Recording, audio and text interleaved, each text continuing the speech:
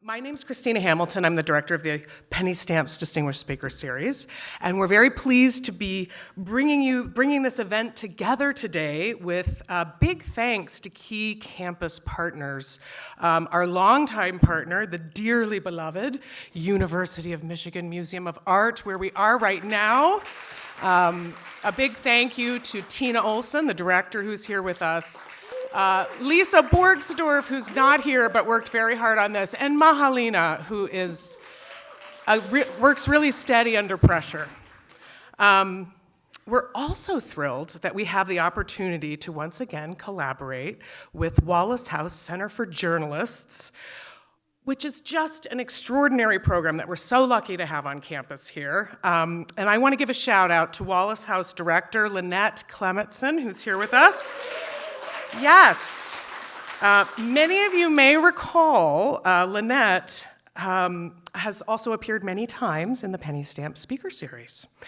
During the pandemic, we were able to do a lot of work together, and I want to especially thank you, Lynette, for your support of Ismail, and particularly in this endeavor today, because I know that you really encouraged him to do this talk, so thank you. Yes, we do.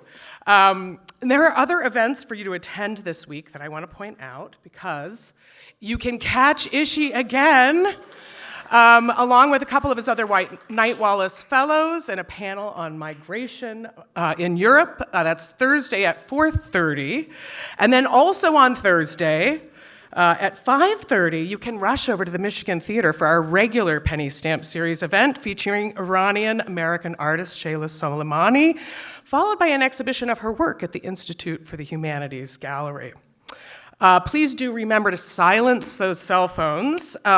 We are not going to have our regular Q&A here today. However, there are autographed copies of Ismail's book, Strangers, for sale in the UMA shop, and Ismail will be available after the event upstairs by the shop till 7 p.m. to have a meet and greet with all of you.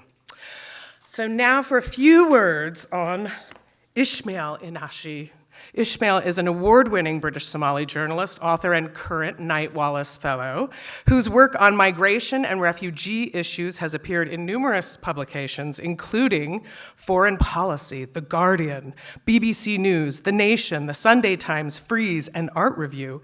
He is the author of Strangers, the book upstairs, a book by Tate Publishing that explores migration through the lens of art, and he co-edited Lost in Media, Migrant Perspectives and the Public Sphere, a collection of critical essays examining how migrants are represented in European media. He's a member of the editorial board of Tate Etc., the magazine of the Tate Galleries. He's also part of a team of journalists working on a cross-border journalism collaborative called Lost in Europe, which investigates the disappearance of child migrants. I had the great fortune to be introduced to Ismail just before his arrival in Ann Arbor through his great friend Tom, and I've been so delighted to see him jump in and take such an active role in the cultural scene here, and he is such a vibrant addition to our community. Please welcome Ismail Einashe.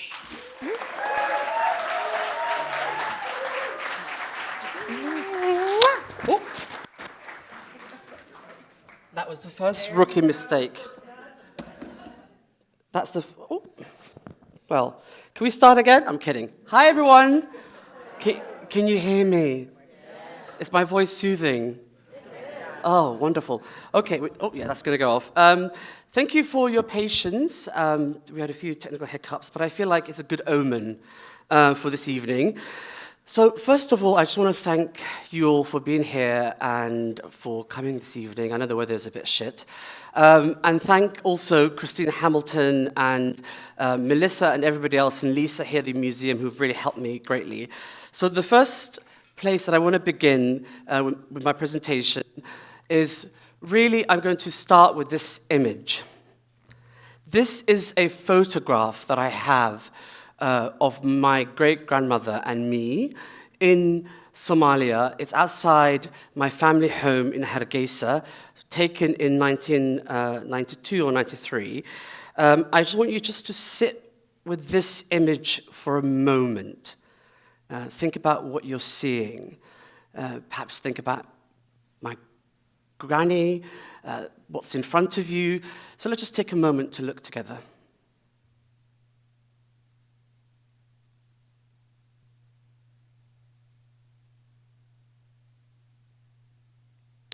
So, as you know, as Chrisstina mentioned, as a Knight-Wallace Fellow, one of the privileges of being here at the museum, at the University of Michigan, is the opportunity to be able to audit classes. And last semester, I got to audit a class by Professor Nilüfer Sailati, who I believe is in the audience, and she asked me to present to the students, and I showed them this image, and I got them just to sit with this image and analyze the image. What are we seeing in this image? What are the visuals like?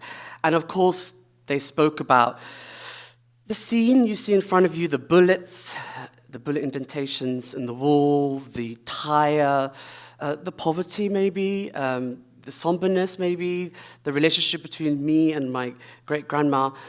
But for me, this image is such an important image because it opened the gateway. It basically transported me back to Somalia.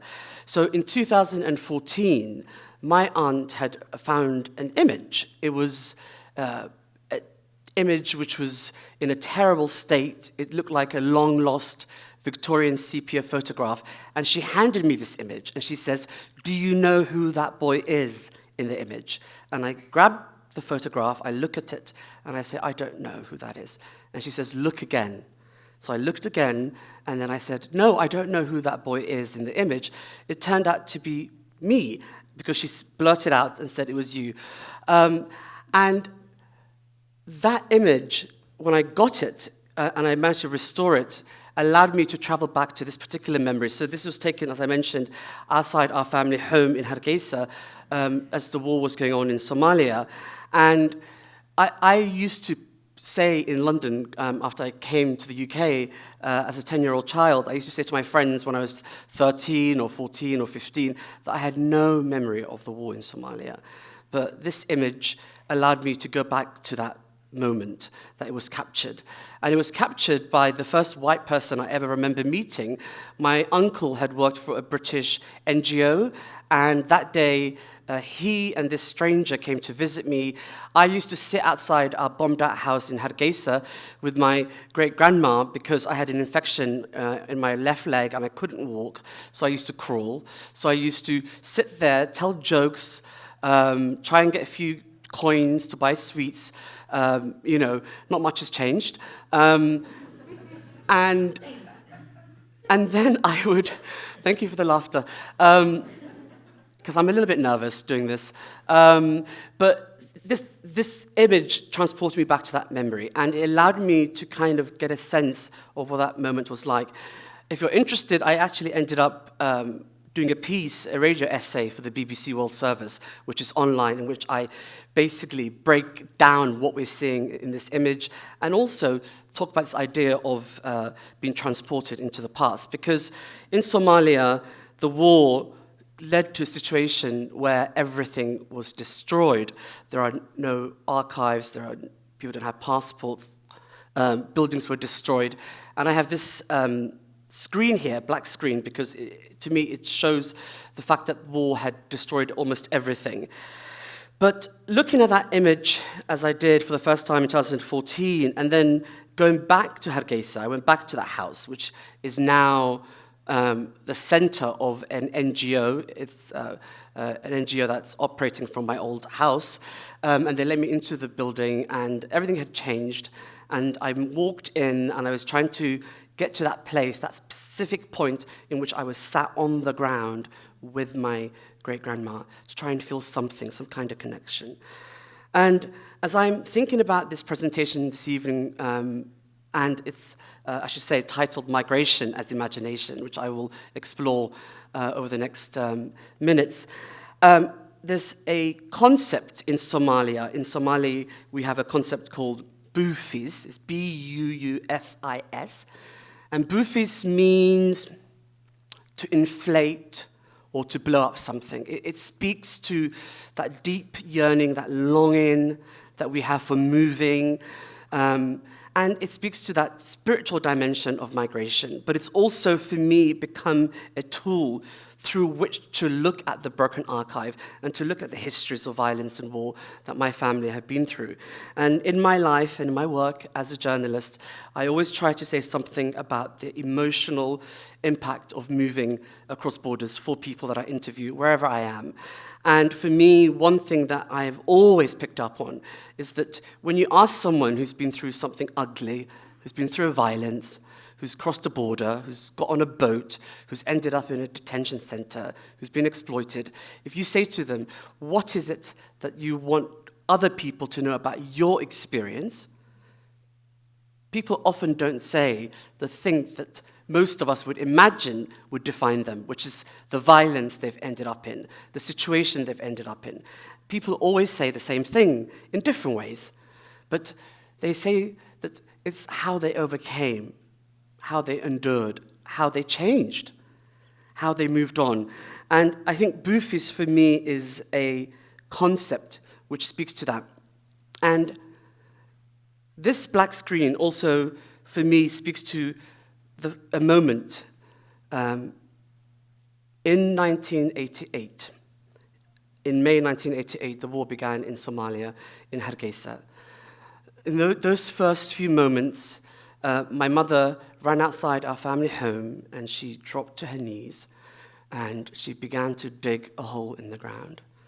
And in that hole, she put our precious family photos. My mother imagined that she would one day return and retrieve those photos. But our house was destroyed. And those photos, like so much else, were lost to silence and dust. And when I think about what that means for a child who goes through a situation like that, you don't remember things in the same way as an adult. So I was very young when this was happening in 1988. And as we then moved on through the stages of the conflict into what then became the largest refugee crisis in the world at the time, I ended up in a refugee camp in Ethiopia called Harta Sheikh. It's just across the border on the northeastern corner of Ethiopia. And when I ended up there, I had very distinct memories. I had memories of the dust. I had memories of the water trucks that would come into the camp. I also had memories of all this life in the sea of white tents. And when I think about my mum and her putting those photos in that hole in the ground, that was a profound act of hope, because my mum thought that one day we would be able to go back, and that even if our home was destroyed, that at least we'd be together in this place. That never happened. But to me, that was really my first lesson in the power of imagination, that even in the most intense, dangerous, and ugly situations that people who are moving find themselves in, they always retain a sense of dignity and humanity about them. I'm going to now read you a poem, a passage from a poem, and I think one of the first things that you often hear if you're moving across borders, or if you're a refugee, the first question that someone might say is, why did you leave your home? And I think the British-Somali poet Warsan Shire powerfully answers that question in her poem, Home. And I'm going to just read this passage. Your neighbors running faster than you breathe bloody in their throats. The boy you went to school with, who kissed you dizzy behind the old tin factory, is holding a gun bigger than his body. You only leave home when home won't let you stay. Nobody would give up the comforts of home. Violence forces people to make perilous journeys. For the last decade, I've been covering migration at the borders of Europe. And what I have seen time and time again is the fact that people have, in the media coverage, in the political discussion, people have sidestepped the dignity and the humanity of people moving.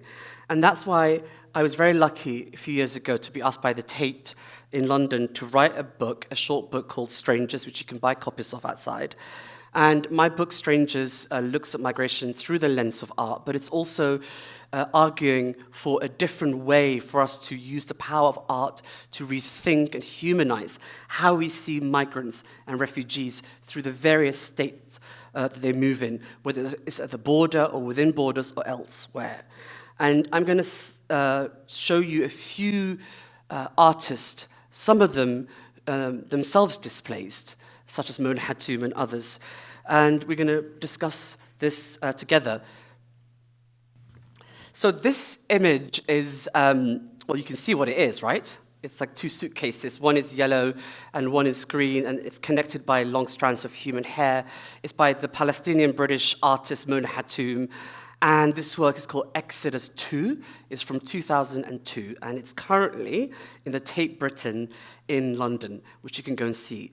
Mona Hatoum is known for her work in decoding the place of home and identity for those forced to leave their homes because of violence. She has spent decades engaging in this kind of artistic endeavor, often inspired by her own journey and her own family, who were Palestinians and who were forced to the Nakba and ended up in Lebanon.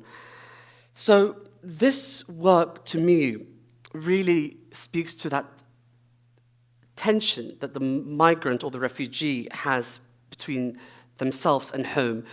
Violence forces them out, but time and circumstances can change the meaning of what home means for them. But also, people have to live with this very heavy weight of the label refugee. And I think in this work, and in the kind of strands of hair, the sort of biological connection, there's something very powerful and beautiful that it really speaks to that.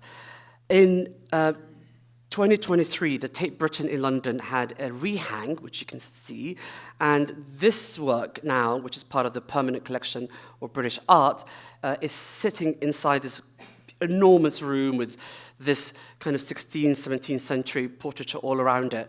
And I think it's quite interesting because it's trying to bring something contemporary with something historic. And the ways in which Mona Hatoum has worked for a long time is really taking these things that we think of when we move somewhere, when we get on a plane, all of us take what? We take luggage, we take bags. Of course, this isn't the reality for people who are forced out. When the war began in Somalia in 1988, people literally had to flee with the clothes on their back. People didn't have time to pack up and decide, what am I going to wear on holiday? Is that the right kind of bikini? Should I be wearing sunglasses or maybe not? Will it rain? You have no time for such thoughts as we might do in our normal lives.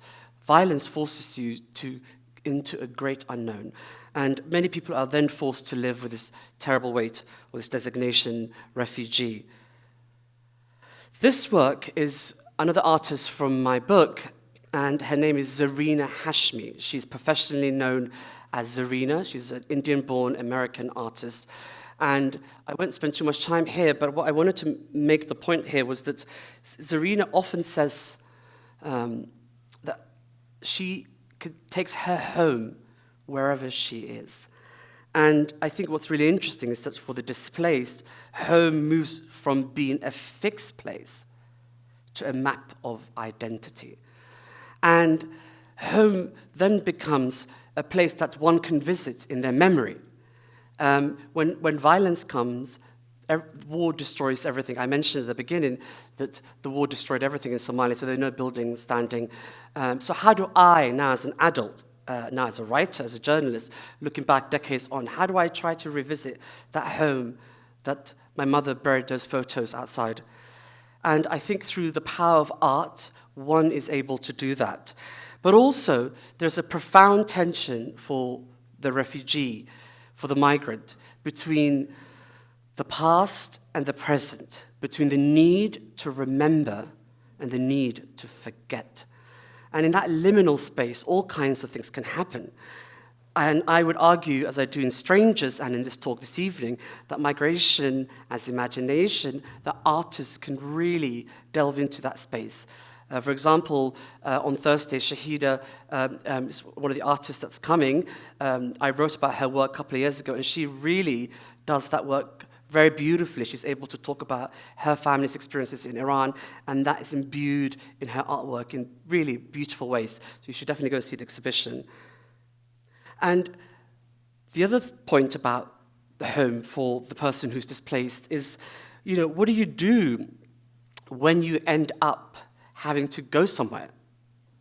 You have to leave. In my case, we left into Ethiopia and then subsequently to the UK.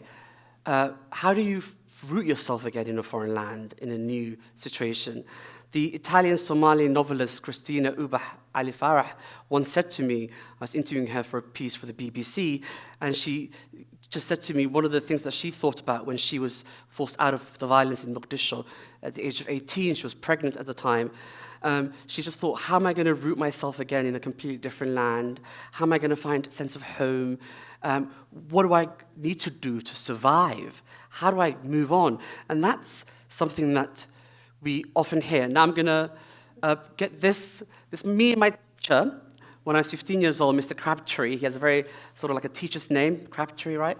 I also had an English teacher called Miss Piles, so I had Miss Piles, who's my English teacher, and Mr. Crabtree, who's my history teacher. I think we're going to have an audio, if that's possible.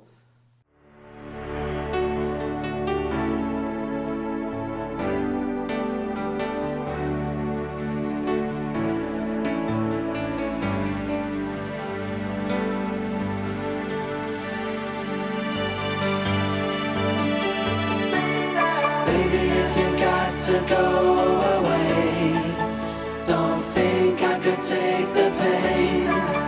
Won't you stay another day?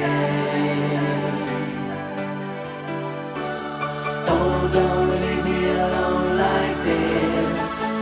Don't you say it's the final kiss. Won't you stay another day? For those of you who aren't from Britain, I don't know if anyone's from the UK here, but if you don't know, E17 are like legends, and they're a pop band from the 1990s, from E17, which is a postcode in like London, in Walthamstow. I was obsessed with them, and in 1994, I arrived as a 10-year-old child to London, and I came a few days after Christmas, so it was snowing, and I felt for the first time the sensation of snowflakes on my hands, but also my lips cracked, and I've had to basically put on permanent lip balm ever since. It's never recovered, but it's nothing like a Michigan winter, I'll tell you that much. People ask me this question a lot about London. I'm like, no, it's chill, mate, it's chill. It ain't like Michigan weather. But when I came in 1994, I didn't speak a word of English. I was 10 years old, and all I could say was thank you and please and maybe how much or sweets. I used to just point at something in the shop and give them the coins that they needed. But nobody prepared us for what life would be like in the UK. But I began to discover this new culture, and I obviously began to discover it through food. And I would eat custard creams. They're biscuits. You guys call it cookies. It doesn't make sense. It's biscuits. But they're lovely and they're delicious. It's like two layers of biscuits with like a little cream in the middle. And when I got to the airport to Heathrow in 1994, I was really happy because I suddenly saw these walk-in machines. I had never seen escalators before.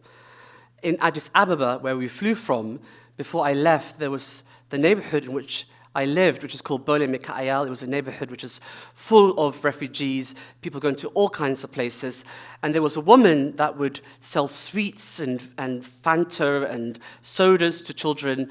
And when we were good and got a few coins, we would run and then try and buy something. I always bought the same thing, which is a Fanta in a glass bottle, really cold. Oh, great. And I would go up to this woman, and she would say to each child, say, where are you going? I would say, Finland, Netherlands, Norway, UK. And then she'd say to me, where are you going? And I'd say, oh, I'm going to London. And she'd say, do you know that country has 4 names. And I'd go, what? A country that has 4 names? That's odd. And then she'd say, yes, it's called London, England, UK, Europe. And she said to me, when you get there, you will not need to use your legs because they have magical walking machines that do the walking for you. And as a 10-year-old child, I was like, what? So I can leave Addis Ababa with all this like dirt on the ground and like puddles of water and stray dogs, and I could be just like, living my life, just going on I'm not going to do a catwalk, but on an escalator. And I thought, yeah, I'm down for that. I think I'd like that. So I was so excited, and I got to London, and then I saw escalators. I was like, oh my God, this is amazing. And then we left the airport, and we had to get on the tube or the subway, as you say here. And I was very disappointed when the escalators ran out, and I thought, oh, crap. Are you telling me I'm going to have to use my legs after all? London was different to Addis Ababa. Indeed, London was different to Hargeisa, but it wasn't necessarily easier. I had to learn a new tongue. I had to be in a different culture, and many of us in this room will know this, who come from first generation or second generation migrant families. When you're the first person to learn the language in your family, you often are the person who has to translate for people. So I ended up in some awkward situations where I'd be translating for elders in my family, which obviously is a very difficult place for them to have been in, but also for me. But what I realized is when I didn't see these walking machines, I realized, moving to London wasn't about that. It was about being able to walk on my own 2 feet, one step at a time. Okay. So this work is by Francis Alice. He's a Belgian artist based in Mexico, and this is also the cover, zoomed-in version of my book, Strangers. Now, Francis Alice's work here, which is called The Night Watch from 2004, it isn't specifically about migration. It's actually about surveillance. And it's a video installation, and it is just an image of a fox. Yes, he did release a fox in the National Portrait Gallery in London, where this is. But for those of you who've been to London, you'll know foxes are very common in London. You'll even find them queuing up to go to the ATM, or sometimes the pub, Well, I haven't seen the pub situation. That might be fake news. But foxes are just a regular part of London. So this work, The Night Watch, he released this fox in 2004, and here you can see where it ended up. So the National Portrait Gallery is this sort of gilded cultural heart of London, and you have this fox, this invader, this wily, crafty creature that I'm obsessed with. I love foxes, but they have this image, right, that they're wily and dangerous and intruders. And this fox is, found itself here by this glorious portrait of Queen Elizabeth I and her mother, Anne Boleyn. There's some argument about that, but it's classed in the National Portrait Gallery as her mother. And you have this situation where this invader, in this case this fox, has been allowed into this cultural space that it shouldn't be in. And it kind of reminded me of migration as I was going through the National Collection of British Art. As part of my book, Strangers, I was able to go to the National Archives and look through and work with some of the curators there, and this work really spoke to me, because I thought, it speaks to migration, because migration is about moving through various states of control, and it's about surveillance. And migrants and refugees are insiders and outsiders. They are allowed in, yet not seen, nor welcomed, and they're often framed as invaders. And I think this work really speaks to that, an idea of strangers. Because, as we know, strangers obviously are someone who's foreign to us, someone who's alien to us, someone who's not part of our group, someone we don't know. But a stranger can also be a guest. They could also be a friend. They could become a friend. So in my thinking around the visual language, around depictions of migration in my book, this work was really powerful in that it allowed me to think about this idea of control and what happens to migrants, because we know that migrants are moving through various states of control. In Europe, I'm meeting people all the time who've crossed on boats, people in the internal borders within the EU, people who end up in detention. And the last many years, we've seen the fact that across the world, that states, particularly liberal states, have built these sophisticated infrastructure to keep migrants out and to also detain and harass people. And that infrastructure has just gone crazy. And with AI, we have no idea where it might end up. This work is by the Armenian-American artist Arshili Gorky, and it's called Garden in Skotchi Motif. It's from 1942. It's one of 3 paintings that the artist did, and this one is in the Tate Modern, which you can go and see. Gorky survived the horror of the Armenian genocide. He lost his mother, and by the time he was 16, he ended up in the United States, where his father was living in. This work is almost impossible to decipher. If you look at the colors, it's got the brooding black, the smattering of bright orange and blue and yellow.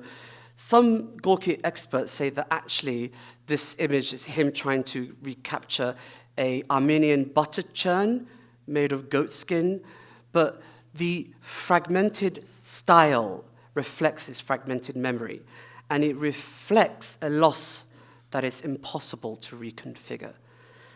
Gorky had a profound impact on American art in the 20th century. He was not alone.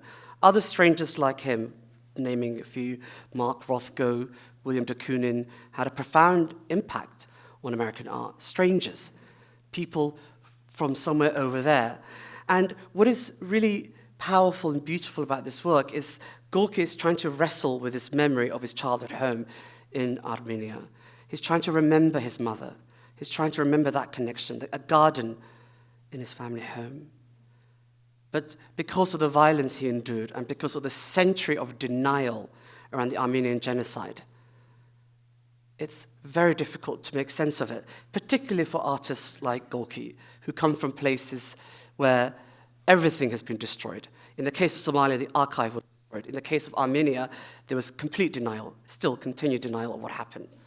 So how does one go back to that home, to that boy and his mother, if you have nothing to go on? Gorky, in his remarkable life and the remarkable art he produced, was able to depict it here. In 1948, on the 21st of July, in his studio in Sherman in Connecticut, Gorky was found hanging. And there was a crate nearby the studio, and on that crate, written in white chalk, was this: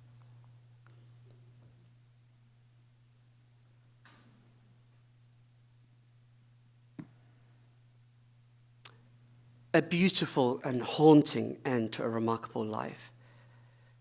It can often be a terrible weight for those who are survivors, for those who are left behind, and for those who have the heavy burden of memory, of remembering what happened to others.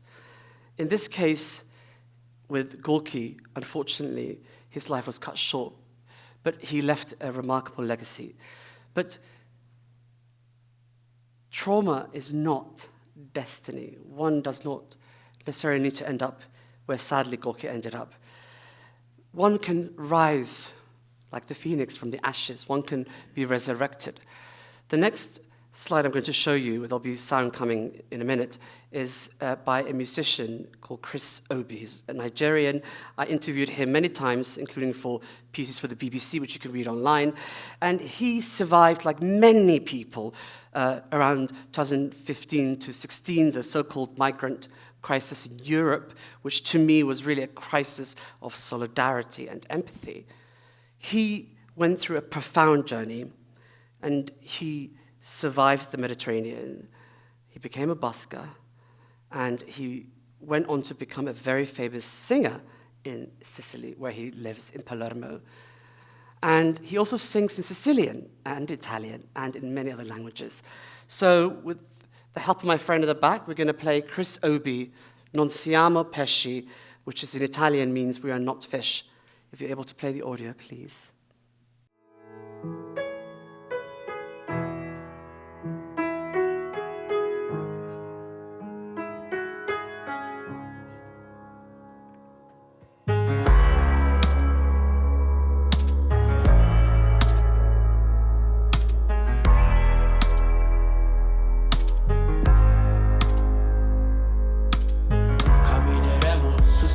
Che non conosciamo. Ho visto mio fratello che ha lasciato la casa, che non rivedrà più. Quando sorride la gente pensa che tutto vada bene, ma non va benissimo, ma non va benissimo.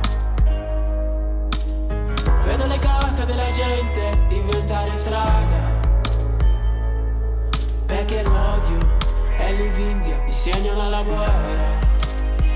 Non siamo pesci dentro il mare, non siamo pesci, siamo umani, non siamo pesci. So that message, I think, is very powerful. We are not fish, we are humans. We're not fish in the sea. And he went through an extraordinary experience of violence, which I won't go into, and in which he shares that in common with thousands of other young migrants. In fact, he was a minor when he arrived in Italy. But he was able to, through the power of music, heal. And not just heal, but spread a message of hope and love, which is extraordinary, right? After you go through that experience. Now we're going to move on to I'm going to tell you when to play the sound. Thank you so much. I'm communicating with my pal at the back because we have some technical issues, so now we're going to do it this way. But I want to take you back a little. After 1988, we fled from Hargeisa when the war began in Somalia, and we left with the clothes on our backs, like many other people. Initially, my family tried to find shelter and a place in the city, and my aunt said to me that they were very reluctant to give up our family home. They didn't want to leave, so they tried not to. And that's what happens when violence comes to your home. Nobody wants to leave. Nobody wants to give up what they've got and their language and their culture and their food. But eventually the war was just too much and the violence was just too great. So we were forced to camp called Hartashek. It was the largest refugee camp in the world, and it housed 600,000 people at its peak. And that's where I spent a portion of my childhood. I went back in 2019, and I wanted to get a sense of where I had come from, to find myself in this world in flux, to find some meaning. And when I went back in 2019, it was an extraordinary journey for a number of reasons, not just because of my own return, but because there were political issues going on in Ethiopia at the time. And the internet was down, and I was on assignment for the BBC. I was doing an investigation about a Chinese-built railway in Addis Ababa to Djibouti, which didn't work out, and I ended up getting into trouble with the Ethiopian government because I did a story and I proved that it wasn't working. Anyway, another story. But I ended up then flying to the eastern part of Ethiopia, to Dirdawa, and then eventually to Hartashek, which is right on the border with Somalia.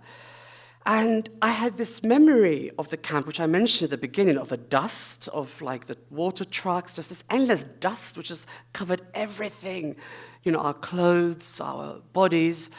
And this dust even infringed into my memory, into my nightmares. And when I turned up in 2019 in Hartashek, and I walked out and to the place where the camp was, and what I saw was just fields as far as the eye could see, of long green grass, of yellow flowers. It was so beautiful and alluring. And I just thought, okay, memory is playing a trick on me here. What is going on? And I realized that I had come to this place to try and find my forgotten memories, but this place had forgotten what it had been. And then I realized, well, maybe I got this a bit wrong, and maybe I wasn't returning to find what I had fled from or what I had experienced as a child. Maybe it was just to confirm that this place was real, and the dust and the land, all that was within me, and as I did. And I was lucky then to end up finding some family cassette tapes and many other items. And before I play the sound of this, I'll just explain. Somalia is an oral culture. Spoken word is key. Poetry is key. It's a nation of poets. Orality is so important to us. Somali only became a written language in 1972. And with the war, the entire record of the country was destroyed. Everything was gone. So here I was in 2019 trying to look back and only having a few images, snippets, things to go back and to try and remember, to try and reconstruct something. Obviously, bring in the lens of having then been educated in Britain, if you like, this sort of Western lens, and being frustrated that I ended up in Ethiopia at this camp and that there was no archive. As I went on with my journey, I realized that the oral tradition in Somalia is different to the tradition in the West, but it's not worse. It's in fact so powerful and so strong. And I discovered many cassette tapes, and one of them contains poetry. It's a whole tradition called sitar. It's practiced amongst women. It's really a very spiritual kind of genre, and it's also about devotion, and it's about Islam and faith. And as a child, I distinctly remember that I would be with my mom and my aunts, and they'd be performing. So we're going to hear this now.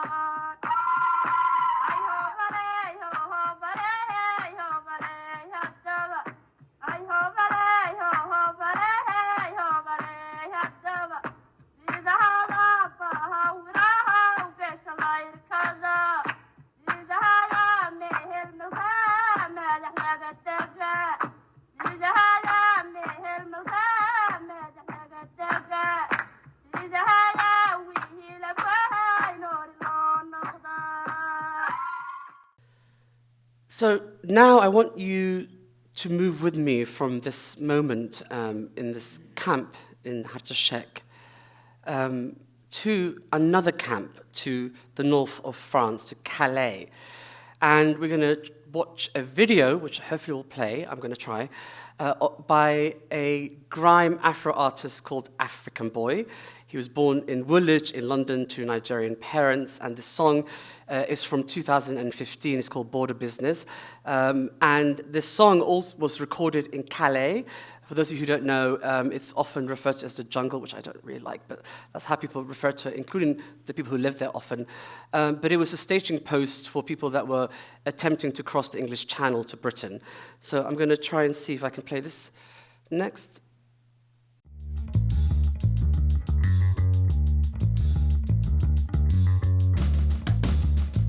SOV, African Boy.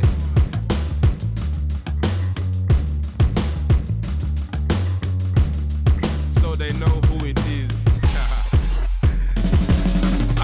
Border business here, so pay witness. Ain't no human fitter than an immigrant. You know we're so broke, we can't pay attention. Bring our AKs to the voting conventions. Give them brass cause they fake ass implants. I go commando. Hey, I got no pants. Music is my visa. See that leper, she's my plane. She love my pound and yam belly, never complain. Life ain't sweet, sour mango. Haters, chickens get cooked in Nando's. I don't buy Gucci, me I wear Gucci. Yeah, he's got the letter K, but fuck it, that's the real me. Me no speak no English. Mo fẹ́ sọ Yorùbá, ọtí àti dòdò mo fẹ́ ṣayó dáadáa. This is border business. If you don't get it, that's your business. Immigration never enter like Jehovah Witness.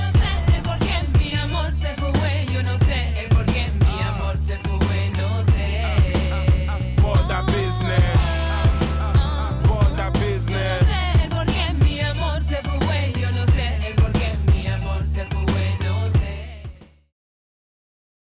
I wanted to pick up on this point. It's actually from the lyrics in the song, Border Business. Music is my visa. Well, art is my visa. Food is my visa. And the idea here is that culture and art, for me, can be a way to communicate the experience of moving across borders. Why? Because, as I mentioned a few times now, I feel like politics and the media have often fail to adequately do that.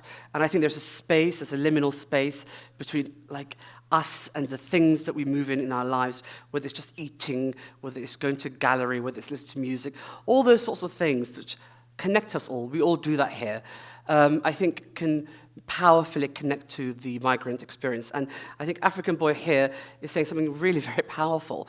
So music is his visa. Now, he grew up in London, but he went to Calais, and the people in that camp don't have documentation. Many of them are held in detention.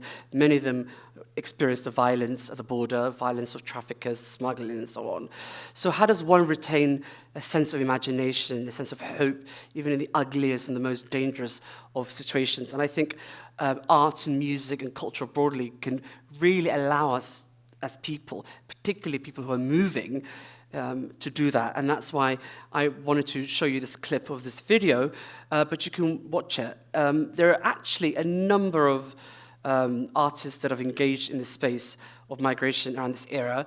One of them is another British artist we might have heard of, MIA, and she did a song called Borders, which she also filmed the video of, which I'd recommend you guys to look at.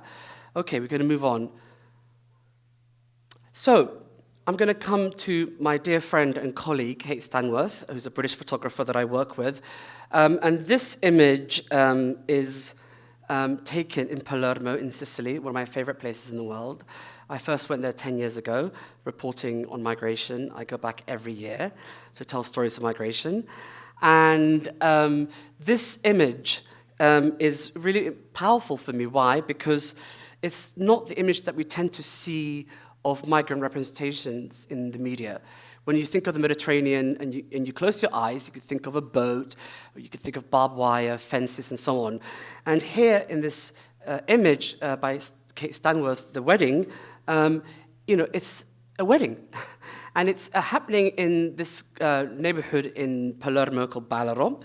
And this wedding is the wedding of a Nigerian woman. She had been trafficked to Sicily for sexual slavery, and she had fled her traffickers, and she had found love. And this particular moment is just a moment of love, celebration, and beauty. I'm going to end here on this work by the Somali artist and photographer Mustafa Saeed. He was born in Hargeisa, and he still works in Hargeisa. And this work is called Monument, and it's part of Saeed's series Home and Me. And this work for me is really important because it takes me back to that feeling of home, the sensuality of home. As you can see, this image is kind of framed with these incense burners. In Somalia, frankincense grows abundantly. In fact, something like 90% of the world's frankincense comes from Somalia, especially from the northwest of Somalia, Somaliland, where I am from, right by the Red Sea.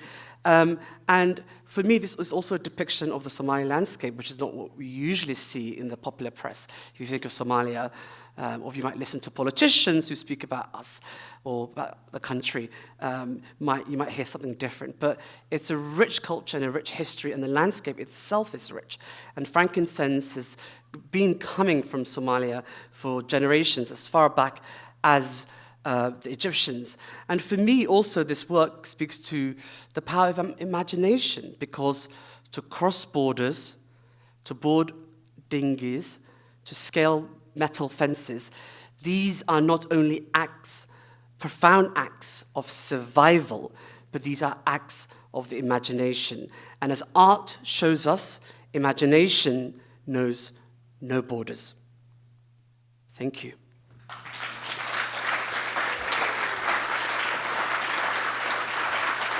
Thank you. Thank you. Thank you. Thank you. Thank you.